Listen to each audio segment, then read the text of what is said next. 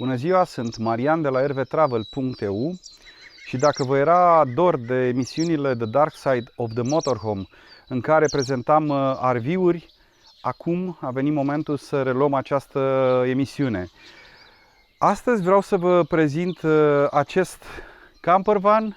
Este vorba de un Challenger Sport Edition V217. Haideți să aruncăm o privire asupra acestui campervan. Challenger Sport Edition V217 este un campervan de 6,36 m lungime cu două paturi trsale în spate și mai are și un pat în față, se poate face un pat pentru un copil.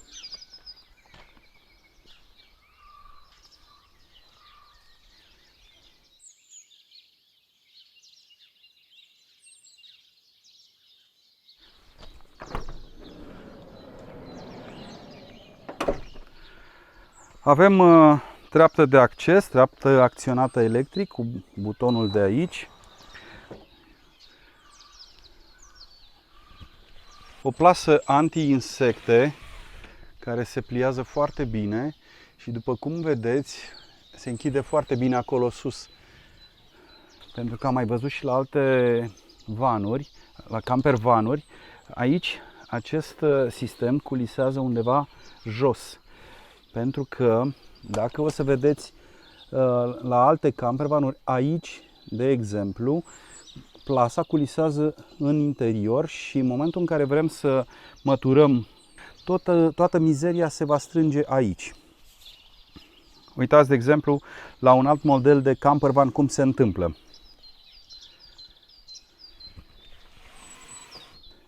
Tot aici la intrare, după cum vedeți, există această șină și este utilă pentru că se poate scoate masa de acolo și se poate pune aici, astfel încât să poți sta cu masa afară aici. Unul din dezavantajele folosirii mesei din living afară este faptul că nu mai putem închide plasa anti-insecte, ceea ce înseamnă că în camper pot intra tot felul de insecte, așa că eu nu cred că o să folosesc foarte mult această masă afară, în poziția asta. Aici avem un blat de lucru la bucătărie.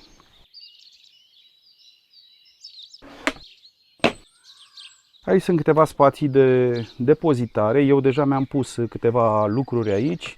O perie să pot mătura ușor, soluție de curățat, niște pungi. Fiecare își pune ce dorește la intrare. Campervanul este pe șasiu de Fiat Ducato 2.2, 140 de cai putere, cutie automată. Aici, după cum vedeți, sunt cele două scaune pasager aici și scaunul șoferului. Evident că și scaunul șoferului se rotește.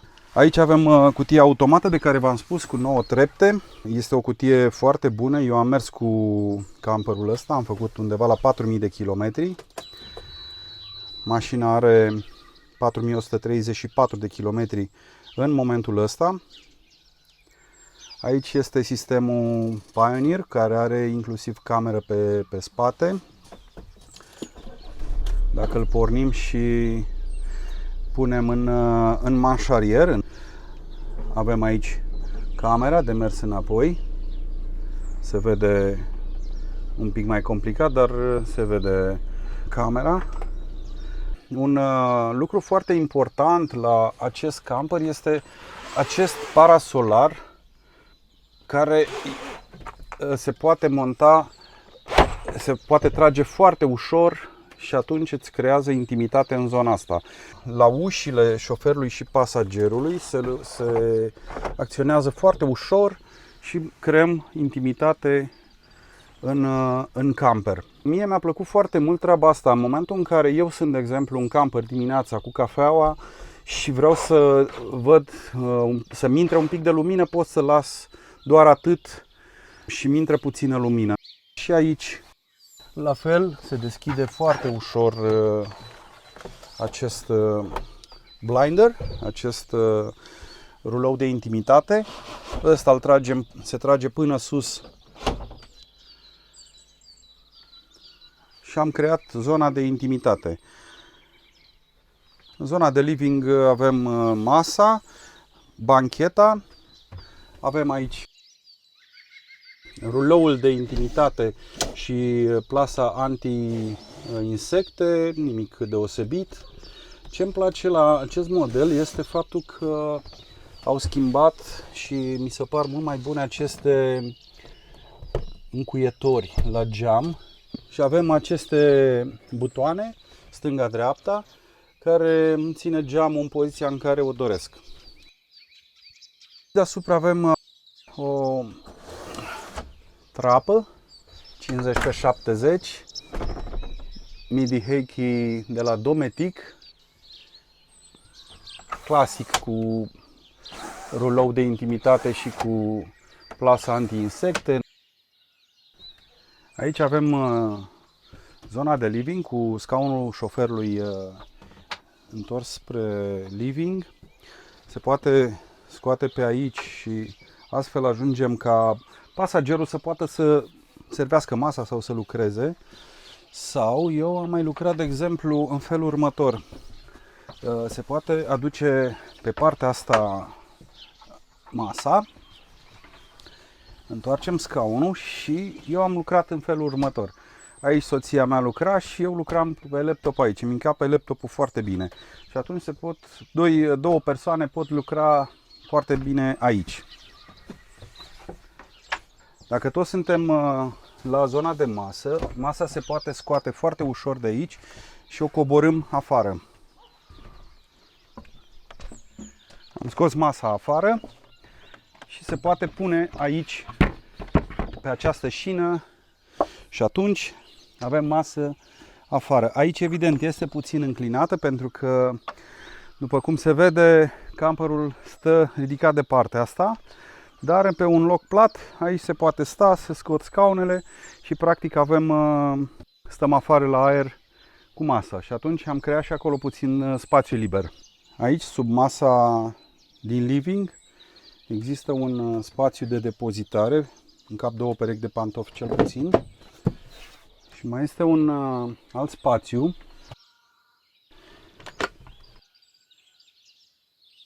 Dar aici se vede clar izolația, uitați acolo.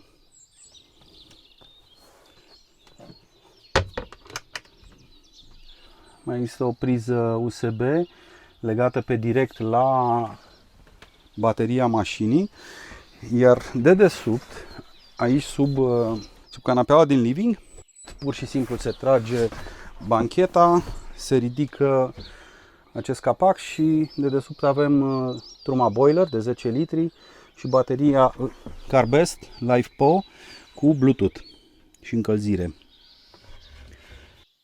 Pe aplicația bateriei se poate vedea instant consumul și nivelul de baterie. Montajul înapoi se face foarte simplu. Sub bancheta din living avem două butoane. Aici primul este de la truma boiler, încălzim apa la 70 de grade sau la 50 de grade. Și acest buton. Camperul este dotat cu pachetul de iarnă. Asta înseamnă că acum, în momentul în care eu am pornit acest buton, după cum se vede LED-ul roșu, el încălzește țevile și bazinul de jos, astfel că iarna, când circul iarna, nu am probleme cu bazinul și cu țevile. Aici este zona de bucătărie, în care avem aragazul Dometic cu două ochiuri, nimic special, chiuveta cu robinetul pipa care se ridică în poziția asta pentru a fi utilizat, iar în momentul deplasării se lasă jos pipa de la chiuvetă pentru a putea fi închis capacul. Cum am spus și mai devreme, aici este un blat de lucru, sunt 3 sertare. Eu deja mi l-am umplut cu anumite lucruri, cu anumite obiecte, mi le-am depozitat.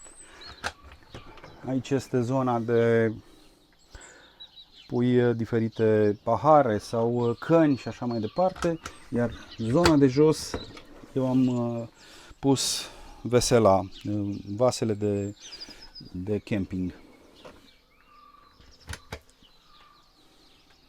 Deasupra zonei de chiuvetă și aragaz este acest dulap în care se depozitează foarte multe lucruri. Mergând mai departe, avem frigiderul Tedford.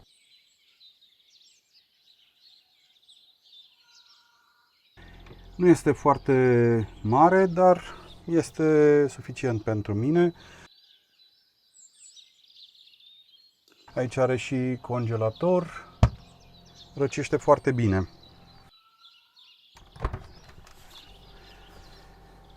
Mai jos există un spațiu de depozitare. Aici are și suport pentru bară. Aici de desubt există pompa de apă. Vis-a-vis de zona de bucătărie este baia, care din punctul meu de vedere este destul de spațioasă având în vedere spațiul într-un campervan. Aici este zona de duș. Este destul de spațios. Și aici este toaleta. O chiuvetă din plastic, zona pentru hârtie igienică. Sus aici avem oglinzi și un raft pentru depozitarea obiectelor de igienă personală. Aici este un suport pentru prosop. Avem această perdea care se prinde cu capse. Această perdea se pune aici, în zona asta, ca să protejeze ușa. Și aici se deschide această ușă și se închide aici, pe zona asta, care are magnet. Da? Se prinde aici și astfel îmi creează zona de duș foarte mare, foarte spațioasă. Eu mă simt foarte ok aici, am loc suficient să fac duș. Bun, în momentul în care închidem trebuie să tragem. În partea asta se pliază partea asta acolo și se închide la modul ăsta. Și după care venim cu butonul și îl închidem. Și astfel stă această ușă de plexiglas, stă în timpul mersului, nu face zgomot.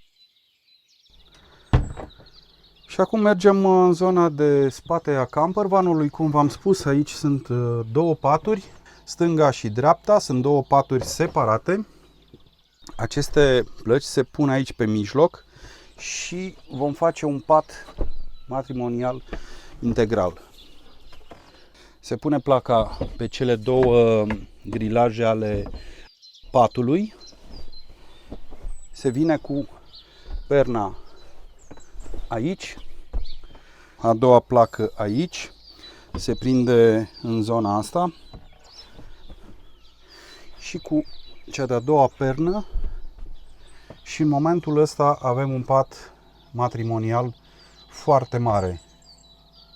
Dacă vrem configurația asta este foarte ok, dacă nu, putem alege să mergem doar cu o jumătate din acest surplus și atunci putem beneficia de aceste două trepte. Aici putem depozita lucruri și de aici putem urca foarte ușor în pat. Sau dacă vrem să avem culoar, putem desface aceste plăci, le lăsăm acasă și atunci avem două paturi separate cu un culoar destul de mărișor între cele două paturi. Aici există un spațiu de depozitare și la fel aici sub patul din stânga, acum mergem spre spatele camperului, avem 3 module în care se pot depozita tot felul de lucruri. Tot în dormitor se află deasupra paturilor câte două rafturi destul de spațioase pentru depozitarea hainelor, stânga-dreapta, și un raft aici în spate, la fel, unde se pot depozita diferite chestii. Fiecare pat se poate ridica și se poate prinde cu aceste chingi. Acum aici avem mai multe spații de depozitare foarte mari. La fel și patul din partea stângă se poate ridica și cu ajutorul chingilor îl putem cupla să stea în poziția ridicată. În momentul ăsta avem aici în spate un spațiu foarte mare unde putem pune o bicicletă, putem pune un scooter, un caiac sau o placă de snowboard. Sunt 3 module, unul acolo, 2, 3. Aici se pot pune și se pot depozita tot felul de lucruri, de obiecte. Aici, fiind un pic mai greu accesibil, mi-am depozitat niște lucruri de care nu am nevoie tot timpul. Iar aici, în general, acum am dat jos, dar aici depozitez furtunul de apă, cablu de alimentare, chestiile care îmi trebuie mai rapid, fiind foarte ușor accesibil din spatele mașinii. Aici este bazinul de apă. În zona din spate avem, în partea stângă, cum ne uităm, spațiu pentru 2 butelii, dar acest camper este cu încălzire diesel. Butelia o folosesc doar pentru încălzitul apei la boilerul Truma și pentru aragaz în momentul în care gătești. În partea cealaltă sunt, cum am spus, cele 3 module care se dau foarte simplu jos. Adică aici avem la modulul acesta 2 șuruburi din acestea și pur și simplu se desfac de 2-3 ori.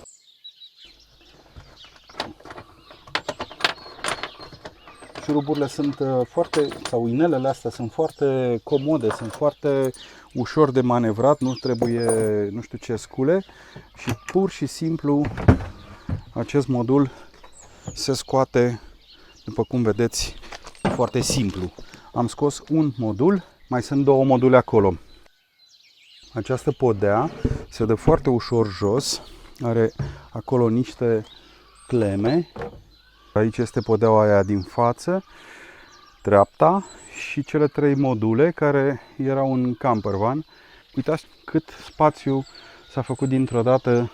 Haideți să vedem cum intră bicicleta în camper.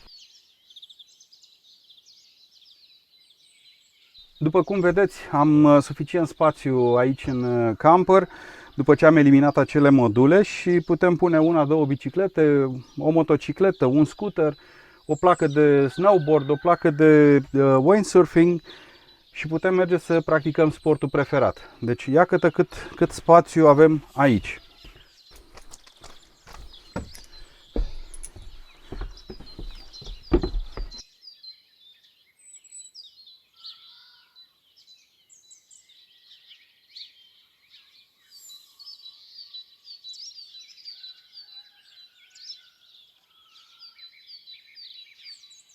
Iată cum poți transforma spațiul unui campervan dintr-un spațiu de depozitare cu 3 module și 2 trepte într-un spațiu foarte mare în care poți căra bicicleta, motocicleta sau caiacul, de exemplu. Ați văzut cât de ușor se poate transforma în cu aceste module și atunci spațiul devine altfel. Fiecare cum alege să-l gestioneze. Aici, de exemplu, e foarte bine că poți pune în zona asta, în modulul ăsta, poți pune lucrurile care le folosești foarte rapid, furtunul cu apă sau cablu de alimentare. Campervanul Challenger Sport Edition V217 este dotat cu o marchiză Thule Omnistor de 4 metri. montat pe acoperiș un panou de 140 de W.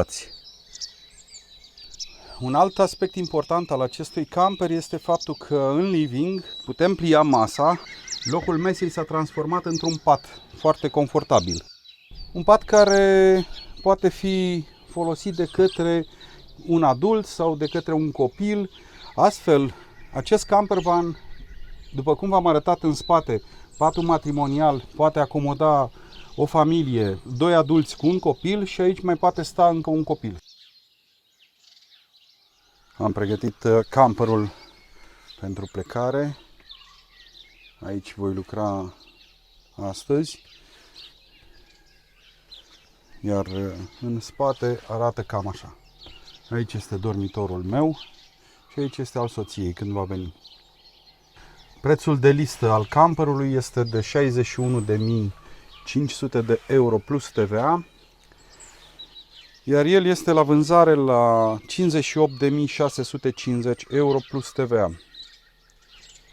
Repet, cutie automată, sistem multimedia Pioneer, 6,36 m, baterie CarBest LifePo cu Bluetooth și cu încălzire, panou solar de 140 de W. Mai sunt și aici iluminarea ambientală. Încă una aici deasupra zonei de bucătărie. Aici este o priză pentru 220. Există 2 panouri, panoul de basto, de încălzire, și aici se setează cum vrei, îl poți seta în funcție de temperatură, îl dai la cât vrei, plus ventilație, mai încet, mai tare, are 3 trepte. Ok, are mai multe funcții. Iar aici este panoul de control al camperului. Îl pornim, el este pornit, dar a fost în standby. Aici avem pompa, lumina exterioară, lumina LED exterioară, lumina din camper, temperatura interioară. Aici este nivelul de bazinului de apă curată, nivelul bazinului de apă gri, bateria camperului și în procente. Aici este bateria auto, la fel, în procente. Iar ăsta este biroul meu în marea majoritate a timpului. Aceasta a fost prezentarea campervanului Challenger Sport Edition V217, care este la un preț de 58.650 euro plus TVA. Mulțumesc pentru vizualizare și vă aștept pe canalul de YouTube pentru alte prezentări. La revedere!